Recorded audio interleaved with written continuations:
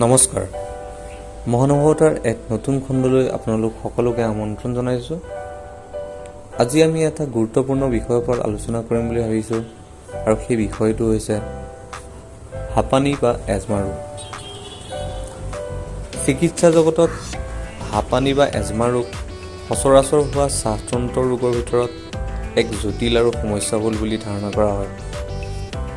আমি উশাহ লওঁতে নাক আৰু শ্বাসনলীৰে বায়ু হাওঁফাওৰ কোষলৈ গতি কৰে, আৰু সেই ঠাইত বায়ুৰ চাপৰ পাৰ্থক্যৰ বাবে তেজৰ পৰা এঙাৰ গেছ অৰ্থাৎ কাৰ্বন ডাই অক্সাইড বায়ু কোষলৈ আৰু তাৰ পৰা অম্লজান গেছ তেজলৈ গতি কৰে। সাধাৰণতে আমি বায়ুমণ্ডলৰ পৰা অক্সিজেন গেছ 20.94%, কাৰ্বন ডাই অক্সাইড গেছ 0.04%, নাইট্ৰজেন গেছ 79.02% আহৰণ কৰোঁ বাবে উশাহ নিশাহ লোৱাত কোনো কষ্ট অনুভৱ নকৰোঁ। কিন্তু উক্ত ক্ৰিয়া প্ৰক্ৰিয়াত কিবা কাৰণত যদি ব্যাঘাত জন্মে, তেন্তে তেজত এঙাৰ গেছৰ পৰিমাণ বৃদ্ধি পায় আৰু ফলত ব্যক্তিয়ে উশাহ লোৱাত কষ্ট অনুভৱ কৰে। ইয়াৰ মূল কাৰণ হৈছে হাওঁফাওলৈ যোৱা নলীপথৰ ভিতৰত আৱৰণখন উখহি পথ ঠেক হৈ পৰে। ৰোগীয়ে জোৰেৰে উশাহ ল'বলৈ চেষ্টা কৰিলেও ওলাই আহিবলগীয়া বতাহখিনি ওলাই অহাত বাধা পৰে। ফলত ৰোগীৰ ডিঙিৰ পৰা চে চে শব্দ বাহিৰ হয়, আৰু ফলত সকলোৱে সেই শব্দ শুনিবলৈ পায়। তেতিয়া ৰোগীজনৰ হাঁপানি ৰোগত ভোগা বুলি আমি ধাৰণা কৰিব পাৰোঁ। হাঁপানি ৰোগ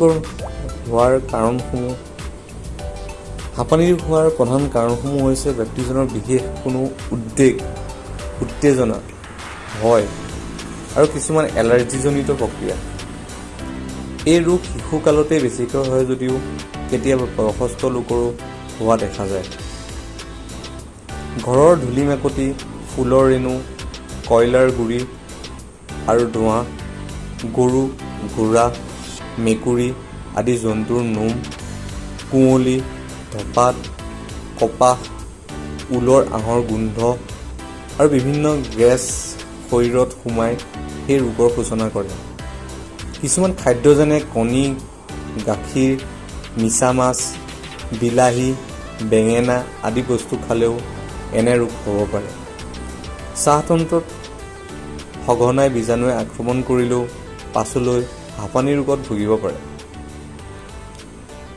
ব্যক্তিগতভাৱে বিশেষ কোনো বস্তু শৰীৰৰ প্ৰতি বিৰোধ অৱস্থা হোৱাকে ইংৰাজীত এলাৰ্জি বুলি কোৱা হয়, আৰু সেই এলাৰ্জি শব্দটো পোনপ্ৰথমবাৰৰ বাবে শিশু বিশেষজ্ঞ ক্লিমেন্স ভন পিকুৱাৰ্টে 1906 চনত ব্যৱহাৰ কৰিছিল। এলাৰ্জি শব্দটো গ্ৰীক শব্দ এলাৰ্গেন পৰা লোৱা হৈছে। এলো অৰ্থ হৈছে বেলেগ বা সুকীয়া, আৰু এৰ্গনৰ অৰ্থ হৈছে কাম-কাজ বা কাৰ্যকলাপ। এলাৰ্জি নামৰ এই সুকীয়া প্ৰতিক্ৰিয়া কিয় হয় তাৰ কাৰণ এতিয়াও বৰ স্পষ্টকৈ ঠাৱৰ কৰিব পৰা হোৱা নাই।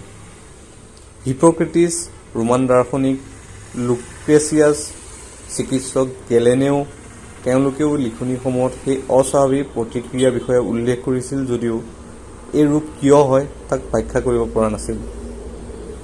কেতিয়াবা শ্বাসনলীত অস্বাভাৱিক এটা শিহৰণ জাগি উঠে, যাৰ বাবে হাঁপানি ৰোগে দেখা দিয়ে। কিছুমান ঔষধেও পাৰ্শ্বক্ৰিয়া কৰি কাৰোবাৰ শৰীৰত এই ৰোগৰ লক্ষণ আনিব পাৰে। ঠাই আৰু পৰিৱেশ সলনি অনুযায়ী ইয়াৰ কাৰণ বিভিন্ন হয়। বীজাণুৰ দ্বাৰা আক্ৰান্ত হৈ টনচিলৰ ৰোগ, চাইনাচাইটিছ আৰু ব্ৰংকাইটিছত ভুগিলেও আৰু কেতিয়াবা অতিপাত পৰিশ্ৰমেও হাঁপানি ৰোগ বৃদ্ধি কৰে। আজিকালি মানসিক চাপৰ কাৰণেও এই ৰোগ বৃদ্ধি হোৱা দেখা যায়। চিকিৎসকৰ মতে শতকৰা 40% লোকৰ মানসিক অশান্তিৰ বাবে হাঁপানি ৰোগত আক্ৰান্ত হোৱা দেখা যায়। বংশগতভাৱেও হাঁপানি ৰোগ বিয়পাটো দেখা যায়। পিতৃ মাতৃৰ গাত যদি আগতে বেমাৰটো থাকে, তেতিয়া নাতি নাতিনীৰ শৰীৰতো এই ৰোগ দেখা দিব পাৰে। ইমান সময় আমাৰ কথাখিনি শুনি থকাৰ বাবে আপোনালোক সকলোকে ধন্যবাদ জনাইছোঁ।